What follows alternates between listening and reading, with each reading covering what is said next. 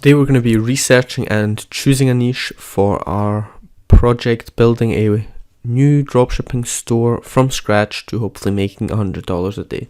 This is James Holt and welcome to part 1 of my new series. In the last video we gave you a rough overview of what we're going to be talking about in the next few videos, and today we want to start actually not quite building the store yet, but at least coming up with the ideas for the store. It's still Friday night, 7:45 now, and in a few hours I want to have chosen the niche and also chosen the domain name so that we can start building the website over the weekend. I've already got a few ideas for niches. Specifically, I've got 3 ideas, being, just write this down actually. My ideas so far are cats, dogs, and preppers, meaning people preparing for natural disasters or what have you. Cats and dogs are the broadest, most cliche niche I could think of. It's what all the Shopify gurus use when they can't think of a better example, and I think I'm going to piggyback off of them, or at least I'm considering it. Because while these niches are overdone and everyone is trying them, if they don't have a better idea, why not just do dogs? But they are still passionate niches, and there's no reason why you can't differentiate yourself from other stores in the niche. And if you've got a good product and good execution, you can still make money in these niches. Or at least I claim you can. I don't actually know because I've never tried. But if I decide to go down that route, we're going to find out. Preppers is a suggestion from one of my followers, and I'm actually about to look into this live on camera, but I suspect it's not quite going to pass my filters for a good niche. So let's talk about these filters. I've written them down here. And the first one is you have to have a look on AliExpress. Are there decent products? Are there good products with good images at a reasonable price that you can say? You have to look at the niche and say, are there 5, are there 10, are there 20 products that you think could work? How do you know whether they work? Well, for one thing, experience, and for another, you just have to test. If you don't have the experience, you will have to test. There's no real way around that. Next thing you look at is competition, and competition isn't necessarily a bad thing. If there's competition in a niche, that means there's probably people making money, and you could be one of them. Say, for example, the cat or dog niche. There's so much competition, but are they executing well? Could you do it better? So essentially, if you still see websites making money or seemingly making money, although they're making what to you or to me appears to be a mistake, then that is a good sign for a niche. On the other hand, if you've come up with some cool idea that works in your head, but nobody else is doing it, and we're talking about an AliExpress dropshipping business where there's no real barrier to entry and there's no one doing it, then you have to assume, or it seems reasonable, that the reason nobody's doing it is because there's no money in it. So competition, not a bad thing. You want competition because it means you're in a market where people are spending money. The next thing we look for are Instagram pages. We're going to be using Instagram influencer shoutouts to get sales, at least for the beginning phases of our store. So if there aren't any large pages, actually if there aren't multiple or many large pages, because not everyone's going to respond, not every page is going to work for you, you need a large amount of pages to test. So if there aren't many pages or the pages don't have a large enough following, then the niche is not worth getting into. And I suspect this preppers niche is going to fall into this category where it isn't worth the effort to build a store because there aren't enough large Instagram pages. So far we've got 3 ideas. How do I come up with these ideas? For one thing, this one was a suggestion, obviously, so that's not my own idea. These 2 are complete cliches and obvious choices. You could also do any other pet, anything that people are passionate about, so sports, hobbies of yours, love, romance, the whole dating or couples niche is quite big as well, or huge actually. Anything where there's a passion behind it and you can somehow reach those people and safely assume that there's a higher than normal chance that those people will be interested in your product. Now, if you haven't got any ideas, or even if you do have ideas but you're looking for more or better ones, I highly recommend you check out these 2 websites. We're about to do that as well here for our own niches, but you want to have a look on Shopify Exchange, which is the Shopify platform for buying and selling stores, and we also want to look at Flippa, who now have their own Shopify section. So basically, this feeds into the competition part. If there are stores being sold, that means they are making or have made money, and we can look at what they do and see whether we could do it better or whether there is potential in the niche. Personal interest, we've covered that. It is advantageous if you have an interest in the niche, but is absolutely not necessary. My most successful store is in a niche where I have absolutely no personal interest, and the way it's set up in terms of genders, the chance of me having an interest in it are very slim, put it that way. So it's a store for women. We also want to look for broad niches, so don't get too specific in your niche, because ultimately you want to be flexible. You never know whether a product's going to be profitable for you until you try it. So you want to have many different product categories, not just individual products. You want to have multiple product types that you can test to see whether it works. What I mean by that is, say you're selling a blue t-shirt and the basic blue t-shirt doesn't sell to your audience for some reason.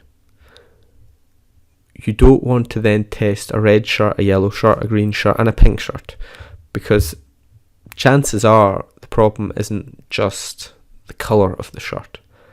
It could be any number of things. Maybe your people don't like shirts. Maybe you're targeting people in some place where people don't wear shirts. Whatever the case may be, and that was probably the worst example I've ever made in one of these videos. But what you'd want to do is have shirts and hats and rings and phone cases all within one niche. So if we take the cat niche, you can have products for cats, like, I have no idea what products you need for cats, like cat toys, for example. You can have funny shirts for cat owners. You can have clothing for the actual cat. You can have funny whatever, shirts, hats, cushions, everything. There's so many options of completely different types of products that you could sell to someone who likes cats. Same thing with dogs. And for preppers, there's the big advantage that there is a strong emotional appeal to the niche. It's an easy niche to sell to for that reason, and also a lot of the products are higher end items, so you potentially have quite a large profit margin on that as well. All three niches, people are passionate about it. people love their animals, and if you are a prepper, then you love your survival gear or whatever have you. Anyway, we're going to take you, or I'm going to take you online, and we're going to look at Shopify exchange and Flippa first of all. So you've got all these categories, so that's a good idea. Although these aren't quite niches, they're one step above a niche. So let's take pets. I wouldn't go for the pet niche, but you could go for any type of pet within this category. Same thing with fashion. Let's look for a new niche. Let's go for that. So what do we have? No Shave Life.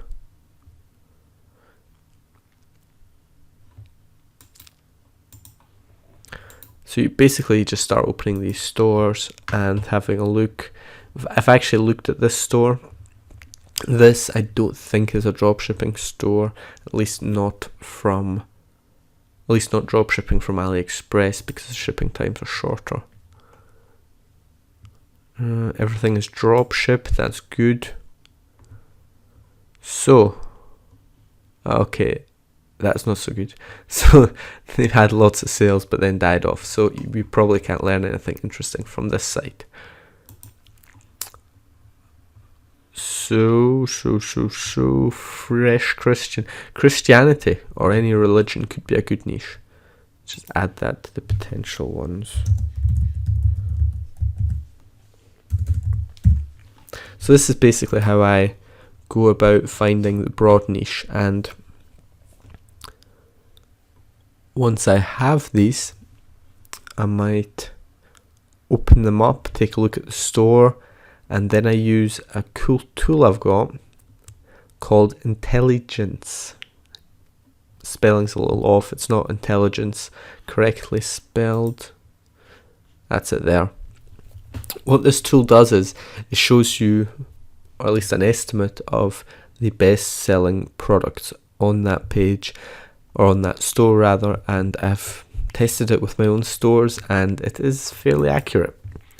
So if you've got stores that you know are making revenue and you've got the tool that tells you what their best selling products are, you put 2 and 2 together and you will soon have a good idea of what type of products might work in your niche.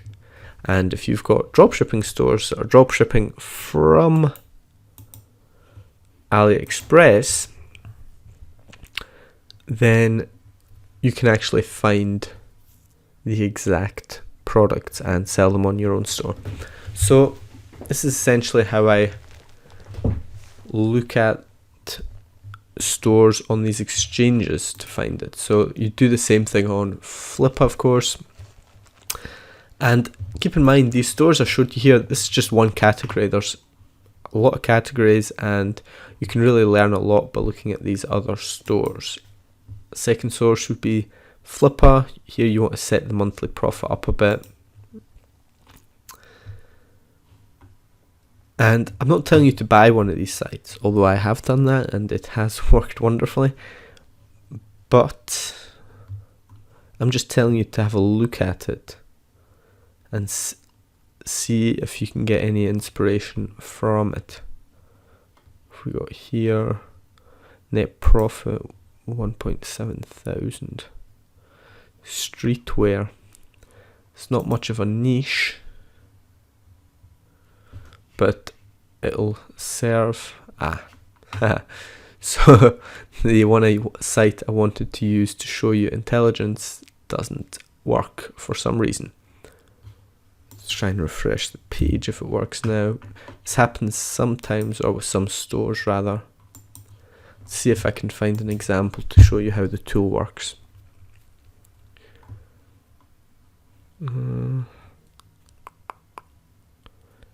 It's to be a dropshipping store for it to be of any value to us, and it has to be a Shopify store, and I don't know if this is. So let's skip that one. Doggy trends. Here's a dog site. Ended unsold. So here's a site claiming it has $800 a month profit, but nobody bought it. So there may be something wrong with the site, but for us it'll work nonetheless. You go on to bestsellers, and here you go. You've got their bestsellers. Let's open them up and look at what they're doing.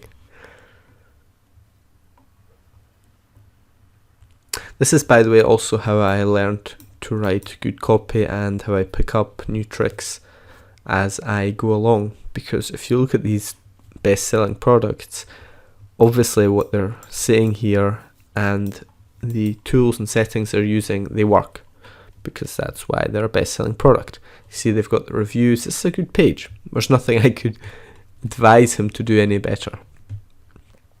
In fact, it's a very good page. Yeah, interesting product. Not sure if you can get that on AliExpress, but I'll have to keep this in mind. So this is the sort of page I would bookmark to come back to, and I actually already have. Glow in the dark. Are you keeping your dog safe at night? There you go. How about that for an emotional appeal? And imagine you're selling this to a dog lover, someone who loves their dog more than anything in the world. And you can pitch your product that for a measly £6, say $8 US, it keeps the dog safe at night. Would you want your dog to get into harm's way? No, of course not. The copyright itself for this kind of product. And then you've got cute dog pictures, which will go down really well on social media. Yeah, this is the reason why I fancy the dog niche. Products like this are fairly easy to sell. The only thing you have to be careful of is it might be completely overused and overdone. I'm not in the niche. I'm not a dog lover myself, so I've never seen this product before. But perhaps if you like a few Facebook pages related to dogs, or you follow a few dog pages on Instagram, you may have been getting bombarded with this product for a while, at which point it will no longer work. So that sort of comes into this competition part. Yes, competition is a good thing, but your specific products you're doing have to have low competition, otherwise you're going to struggle. So much for this first part of generating ideas. Now what we want to do is look for products and Instagram pages. Because if we can't find a few decent products and a few decent Instagram pages, nothing we do here really matters. So let's close all these, and I will go back and do that research later on my own time. Here's an Instagram page, but it's tiny, so this isn't any use.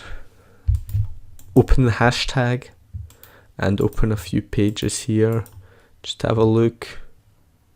Doomsday Prepper. Let's try another one. Survival. I'm just entering the broadest terms I can think of, opening the hashtag and a few of the large pages that show up. So let's take a look what we get. Here's the hashtag. Ooh. So this is most popular in German. The most popular posts don't even have 1,000 likes. That does not seem good to me. But of course, maybe that's the prepper terms, perhaps too specific. Yeah, 2,000 followers. No. These pages, we don't even need to check engagement rate, because under 10,000 you're not going to find pages that are worth your time. Even if you can run them profitably, because they'll be cheap. And probably, yeah, this page doesn't even have good engagement. There's nothing good about this. If you can't find pages with 50 to 500,000 followers, then the niche is probably not worth your time, at least with Instagram shoutouts. Survival, it's a little better. Let's open this image. Here we go. So if you see images like this with a lot of likes, you want to open them up and have a look at the page.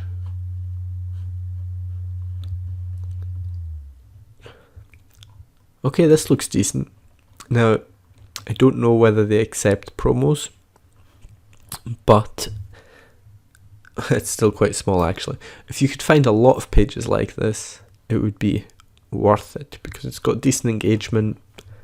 Without putting it into the calculator, I can already say it's maybe 8, 9, 10 or even more % engagement, and that's a good rate. Once you have one page that you like, you can start opening the suggested pages by clicking on here, and that's how you find more related pages. So where are we at here? 40,000, although yeah, that isn't really in the niche anymore, and it's a Russian site, so you probably don't want to run any ads on there anyway. And now we're already on a woodwork site, which is, I would say, a step too far removed from our niche of preppers, but let's actually add that to the list of potential niches.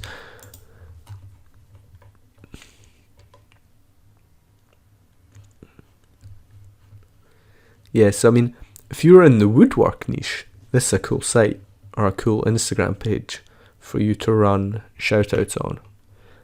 Not worthwhile though for the survival niche. So we haven't really found much yet, and this is a personal brand, which means it could be very useful and also very expensive. Yeah, so not entirely pleasing, these results. I'll spend some more time looking at pages to see if I can't find any with a larger following, but my first impression is not good in this niche. Let's take another example and look for one. Let's look for the dog niche. Again, we type in the broadest keyword. Dog lovers, dogs of Instagram, Insta dogs. Here you go, 1.6 million followers. Of course, this site's now far too big, so we're never going to run an ad on this page. At least not for a long time. But here, I mean, obviously, you don't need me to tell you that there are going to be pages about dogs that are in the right range. Here, for example, this looks decent actually. Best woof.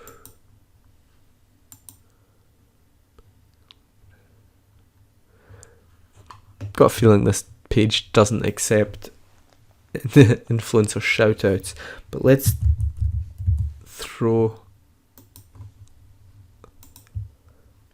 best woof into our engagement calculator. This is flanks.com. It's a free tool I use for checking out the engagement of these pages. What you're looking for is a minimum of 1% engagement rate. Anything lower and you're looking at probably bot followers or fake likes, follows, etc. I've got 1.8%. It's not great, but it will do. And for a page of this size, that's absolutely normal to not have a 10% engagement rate like you might see on a smaller page with 10,000 followers. So this page looks decent. It wouldn't be my first page I run shoutouts on because it's too big and probably going to be more expensive for that reason. But once you've got a winning product, you absolutely could run an ad on this page.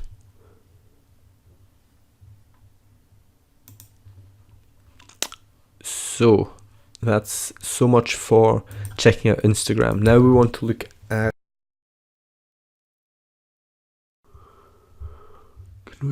Is there a category for dogs?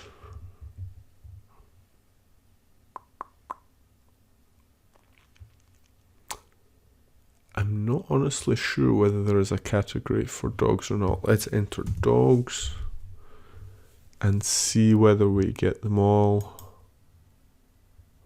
in the same category.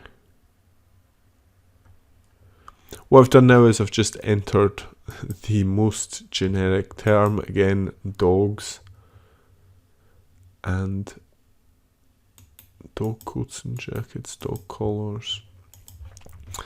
And then what you do is you filter by orders. On AliExpress, you almost always want to filter by orders rather than best match, just because you get the most popular product. So there's a reason why this has been sold 800 plus times. It's because people like it.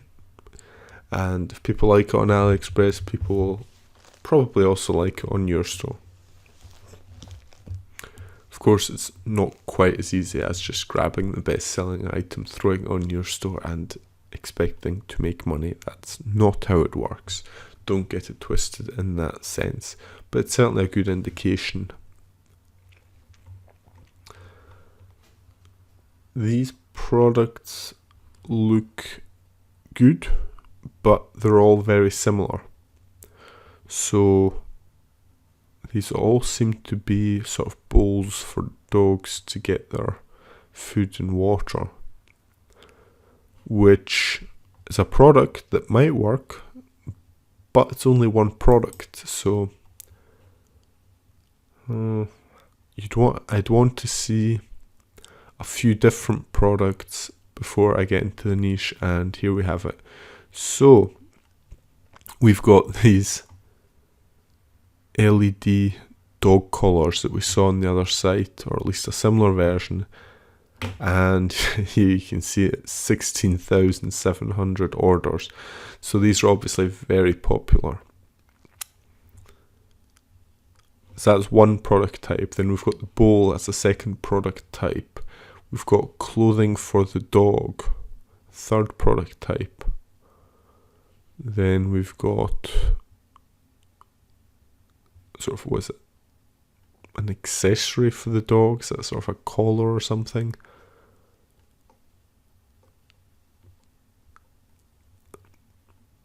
Yeah, so what I like seeing about this, there's a different dog collar.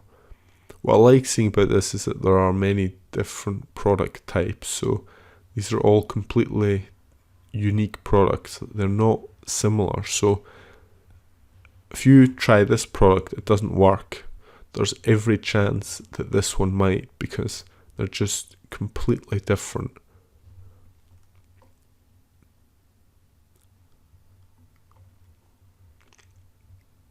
Yeah, I can see a few products here that I fancy running.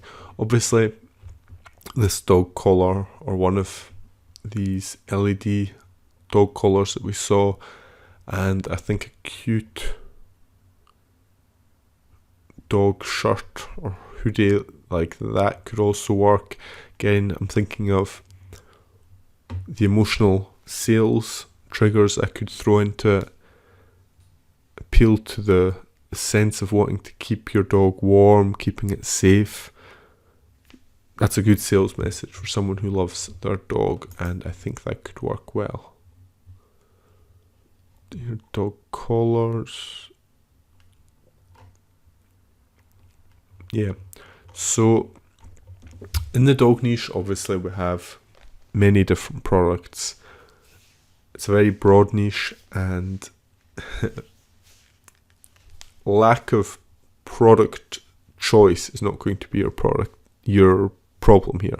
The problem you might have is because 16,000 of these have already been sold, whether it may be oversaturated. That's the only sort of concern you could have. But other than that, this looks really good, and it passes all of my filters. So as you can tell, I sort of fancy the dog niche, among other reasons, just to prove people wrong and to show people that choosing the right niche is not that important. You can choose a generic niche, you can choose a niche that everyone and their dog is doing, and still be successful if you execute well and choose unique products, create the right ads, and do all of the other stuff that we're going to talk about in future videos. So I haven't quite decided on my niche yet, but I think I'm leaning towards dogs as of now. My next step now is to finalize this decision, whether I'm actually going to go for the dog niche, and then what I'm going to do is select a domain name. I'm going to go over to Namecheap and start looking for domain names related to dogs, and then I'm going to start building the store, which you will see in the next part of the series. So this has been a longer video, perhaps a little dull at times, but I hope I've been able to keep you both entertained and also inform you, give you a look into my thought process as I research a store. As you can tell, I've done most of the research for choosing this niche for my new store in about 30 minutes, I think it was. Don't overthink this, don't spend too much time doing this. Do a little research, decide on a niche that you believe in, and then start getting to work, because the real work is not in choosing a niche.